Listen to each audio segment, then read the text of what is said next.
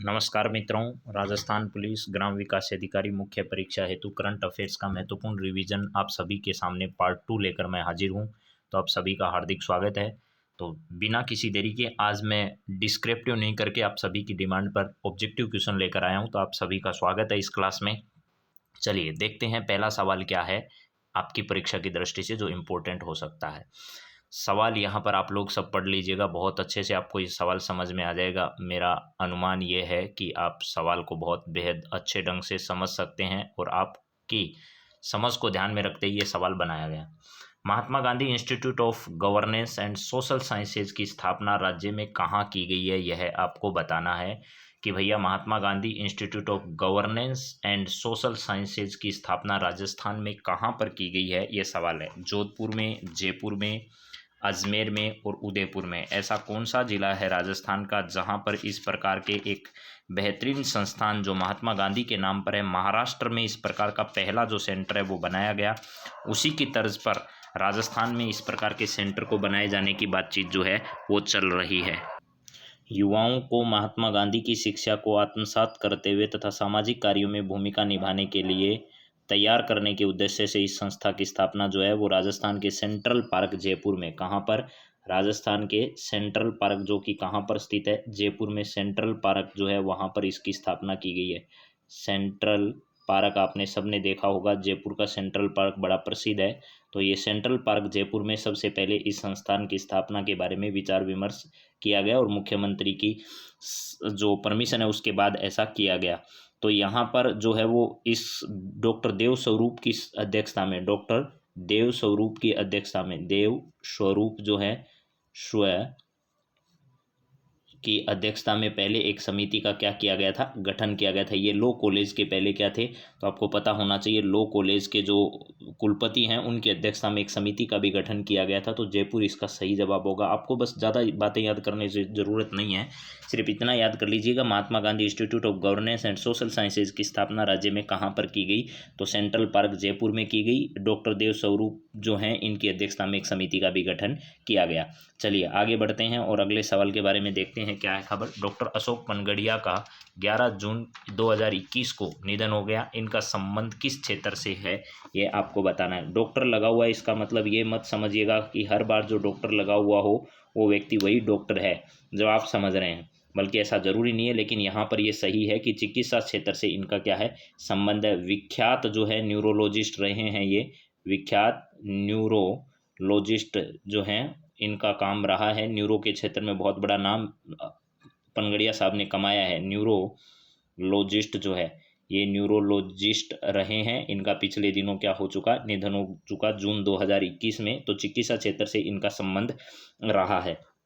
तो ध्यान रखिएगा, 70 वर्षीय जो पनगड़िया साहब है इनका किससे, कोविड-19 जो है इस वजह से इनका क्या हो गया, निधन हो गया। कोविड-19 था पहले, पोस्ट कोविड-19 के बाद इनकी स्थिति में सुधार ज़्यादातर आया नहीं।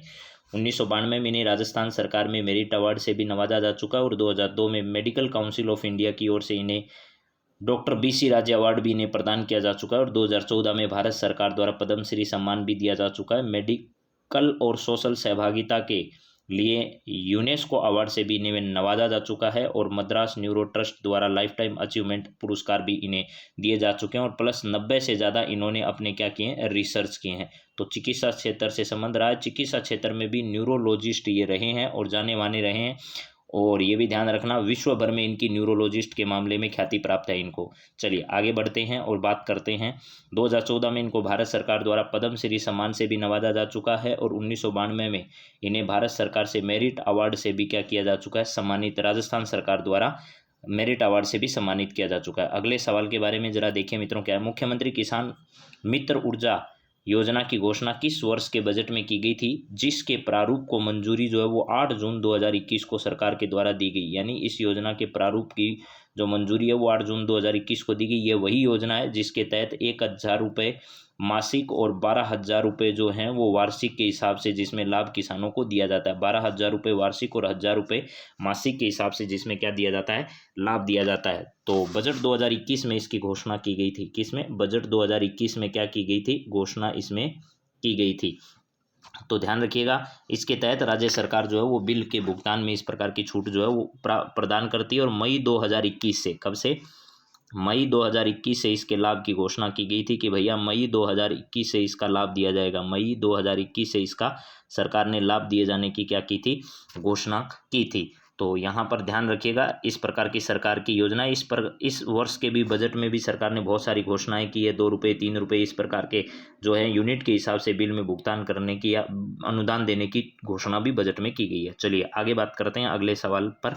उससे पहले देखिए, मुख्यमंत्री किसान मित्र ऊर्जा योजना के तहत राज्य सरकार द्वारा मीटर कृषि उपभोक्ताओं को बिजली के बिल पर 1,000 रुपये और अधिकतम 12,000 रुपये प्रति वर्ष अनुदान दिए जाने का क्या किया गया है, प्रावधान इस योजना के तहत किया गया है। ये बात भी आप लोगों को याद रखनी है। और हालांकि परीक्षा में ये 12,000 और 1,000 रुपये का आंकड़ा पहले पूछा जा चुका है। आप लोग पुराने पेपर अगर देखोगे तो आपको इसका पता चल जाएगा। चलिए नेक्स्ट सवाल जरा देखिएगा कि मुख्यमंत्री अनुपूरति कोचिंग योजना के लिए नोडल विभाग किसे बनाया गया, इनमें से कौन सा विभाग है जिसे इस योजना के तहत नोडल विभाग बनाया गया है, यह बताइए। मुख्यमंत्री अशोक गहलोत ने प्रतिभावान पात्र विद्यार्थियों को विभिन्न प्रोफेशनल कोर्स और प्रतियोगी परीक्षाओं में उत्कृष्ट तैयारी के लिए मुख्यमंत्री अनुपूरति कोचिंग योजना जो है लागू करने की स्वीकृति तो इन्होंने कब दी थी, 5 जून को ही दे दी थी। यानी 5 जून को इसकी स्वीकृति जो है वो दे दी गई थी। 5 जून 2021 को इसकी स्वीकृति जो है वो प्रदान की गई थी। इस प्रकार की कोचिंग व्यवस्था के लिए अनुपूरति कोचिंग योजना शुरू की गई थी, जो आर्थिक रूप से कमजोर वर्ग हैं उनके लिए।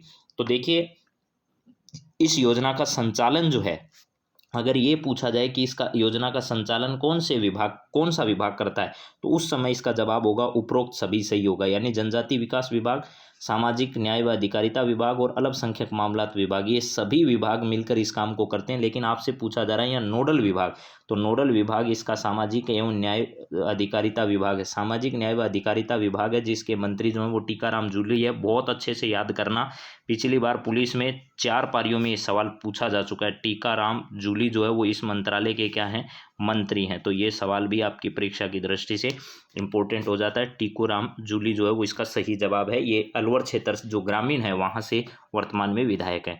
चलिए अगले सवाल पर बातचीत करते हैं। अगला सवाल है, पीएम कुसुम कंपोनेंट ए योजना के अंतर्गत राजस्थान में दूसरे सौर ऊर्जा संयंत्र की स्थापना कहाँ की गई है। पहला सौर ऊर्जा संयंत्र जो है वो भलोजी गांव कोटपुतली जयपुर में लगाया गया था, जो कि पूर्ववर्ती परीक्षाओं में पूछा जा चुका है। ये कौन सा है, तो ध्यान रखिएगा ये फर्स्ट वाला है, ये फर्स्ट है। और सेकंड जो है वो गढ़सीसर गांव है, कहाँ पर, सरदारसर तहसील जिला चूरू में।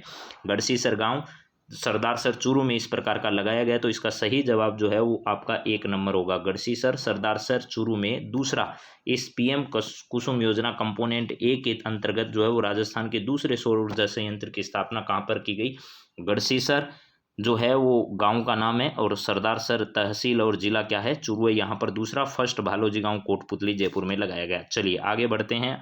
और आपको ये भी ध्यान रखना है, इससे ऊर्जा का उत्पादन जो है वो 3 जून को आरंभ हो गया था। 3 जून को इससे क्या कर दिया गया था, ऊर्जा का उत्पादन भी आरंभ हो गया। 3 जून 2021 को इससे ऊर्जा का उत्पादन भी आरंभ कर दिया।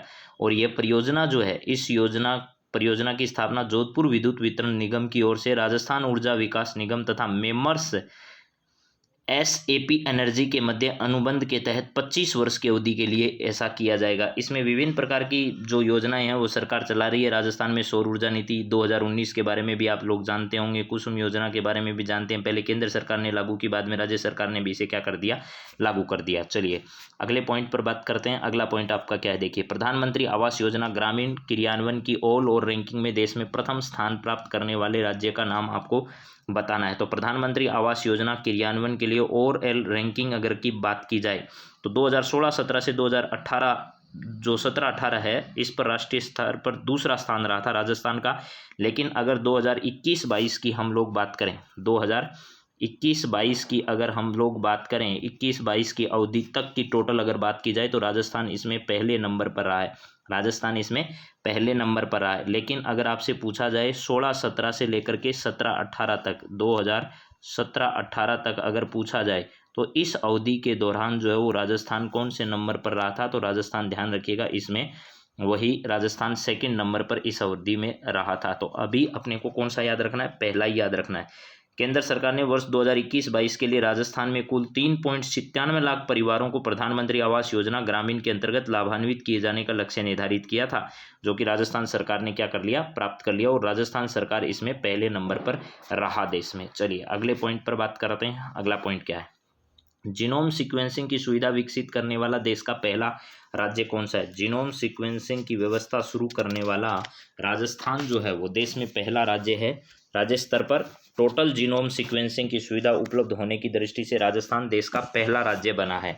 कोविड-19 की रोकथाम को दृष्टिगत रखते हुए प्रदेश में लगभग 1 करोड़ के व्यय से जीनोम सीक्वेंसिंग की सुविधा जो है वो एसएमएस मेडिकल कॉलेज में शुरू की गई। कहाँ पर शुरू की गई, तो एसएमएस मेडिकल कॉलेज जो है, एसएमएस मेडिकल कॉलेज कहाँ पर स्थित है, तो ये जयपुर में है। इसमें इस प्रकार की जो व्यवस्था है वो क्या की गई, आरंभ की गई, और ऐसा करने वाला राजस्थान जो है वो पहला राज्य इसमें बना। और यहाँ पर आरंभ सैंपलिंग की व्यवस्था जो है वो जून 2021 में आरंभ की गई। जून 2021 में सैंपलिंग की व्यवस्था जो है वो शुरू कर दी गई थी। यहाँ पर ये ध्यान रखिएगा। तो मेरे हिसाब से आपको बात समझ में आ गई, राजस्थान इसका सही जवाब होगा। चलिए अगले पॉइंट पर बात करते हैं। यहाँ पर सवाल देखिएगा क्या है, राष्ट्रीय बाघ संरक्षण प्राधिकरण की तकनीकी समिति ने राजस्थान के चौथे बाघ अभ्यारण्य के रूप में 21 जून 2021 को किसे मंजूरी प्रदान की, आपको यह बताना है। यानी 21 जून 2021 को प्रदान कर दी गई थी। राजस्थान में इस प्रकार का वन्य जीव अभ्यारण्य बनाया जाएगा, इसको लेकर के जो है वो शुरुआत हो चुकी थी और इसकी घोषणा भी कर दी गई थी। तो आपको बताना है वो ऐसी जगह कौन सी है। तो इसका सही जवाब होगा रामगढ़ विषधारी अभ्यारण्य, जो कि कहाँ पर स्थित है, कोटा बूंदी बारां वाला क्षेत्र आपने देखा होगा। कोटा और बूंदी क्षेत्र जो है, यहाँ पर रामगढ़ विषधारी अभ्यारण्य जो है इसको क्या कर दी गई है, चौथे टाइगर रिजर्व के रूप में, राजस्थान के चौथे टाइगर रिजर्व के रूप में इसे मंजूरी। हालांकि चर्चा कुंभलगढ़ वन्य जीव अभ्यारण्य की भी चल रही है, लेकिन अभी तक उसका कार्य जो वो प्रगति पर नहीं हुआ है, यानी उसे इतनी मंजूरी नहीं मिली है। तो इसके बारे में सारे काम हो चुके हैं। लगभग ये मानकर चलिए कि यह जो है वो कोटा वन्य जीव मंडल के अंतर्गत आता है और लगभग 1057 वर्ग किलोमीटर क्षेत्रफल इसका है, और इसका कोर एरिया जो वो 306 वर्ग किलोमीटर के आसपास है, और बफर जोन इसका 750 वर्ग किलोमीटर के अंतर्गत है। तो इसमें बहुत सारा क्षेत्र लंबा जो है वो इसके अंतर्गत आता है। राजस्थान का पहला जो है वो वन्य जीव अभ्यारण्य ऐसा जो टाइगर रिजर्व बना वो कौन सा था, रणथंभौर टाइगर रिजर्व है, जो कि 1973 में बना, 1973 में। उसके बाद 1979 में कौन सा आपका सरिस्का टाइगर रिजर्व है, और राजस्थान का तीसरा टाइगर रिजर्व जो है वो मुकुंदरा हिल्स ही है। राजस्थान का तीसरा टाइगर रिजर्व जो मुकुंदरा हिल्स है, और चौथा राजस्थान का कौन सा होगा, तो चौथा आपका रामगढ़ विषधारी होगा। ये भी बात आप लोग ध्यान रखिएगा। प्रोजेक्ट टाइगर जो है वो 1973 में चलाया गया था। तो ये सब बातें आप लोग जानते हैं। रामगढ़ विषधारी अभ्यारण्य के बारे में भी आप लोग ध्यान रखिएगा। चलिए अगले सवाल पर बात करते हैं। अगला सवाल है, राज्य में विश्व स्तरीय जेम्स एंड ज्वेलरी ब्रूश की स्थापना कहाँ पर की जा रही है, यह आपको बताना है। तो ध्यान रखना, जेम्स एंड ज्वेलरी जो एक्सपोर्ट प्रमोशन काउंसिल है उसके सहयोग से जयपुर में सीतापुरा में विश्व स्तरीय जेम्स एंड ज्वेलरी ब्रूश का निर्माण जो है वो किया जा रहा है। ये भी ध्यान रखना, यानी एक ही छत के नीचे जेम्स एंड ज्वेलरी से जुड़ी हुई सभी चीज़ें जो है वो उपलब्ध हो जाए। एक ही छत के नीचे सभी संसाधन इसके लिए उपलब्ध हों और इस उद्योग को बढ़ावा मिल सके। इसमें दुनिया में जेम एंड ज्वेलरी के लिए जयपुर का ब्रांड जो है वो स्थापित हो सके। जयपुर ब्रांड जो वैसे भी एक बड़ी पहचान है जयपुर की जेम्स एंड ज्वेलरी के मामले में, और ये जयपुर ब्रांड जो है वो सब जगह छा जाए, इसका प्रयास किया जा रहा है। जयपुर ब्रांड जो है जेम्स एंड ज्वेलरी में अपनी धाक जमाए, ये प्रयास लगातार इसमें किया जा रहा है। तो इसका सही जवाब है सीतापुरा जयपुर में जेम्स एंड ज्वेलरी ब्रूश की क्या की जा रही है, स्थापना। यानी एक ही छत के नीचे इस प्रकार के सारे संसाधन उपलब्ध हों और जयपुर ब्रांड इसमें अपनी क्या कर सके, पहचान बना सके, इसके लिए इसकी शुरुआत जेम्स एंड ज्वेलरी ब्रूश की स्थापना यहाँ पर की गई है। तो मित्रों, कुछ सवाल मैंने आज यहाँ पर इंपॉर्टेंट आपके सामने रखने की कोशिश की है। ऐसा ही एक शॉर्ट वीडियो लगातार आपके सामने आते रहेंगे एग्जाम तक। आप इनसे तैयारी करते रहिए और रिवीजन करते रहिए। आप सभी का बहुत बहुत धन्यवाद। जय हिंद, जय भारत।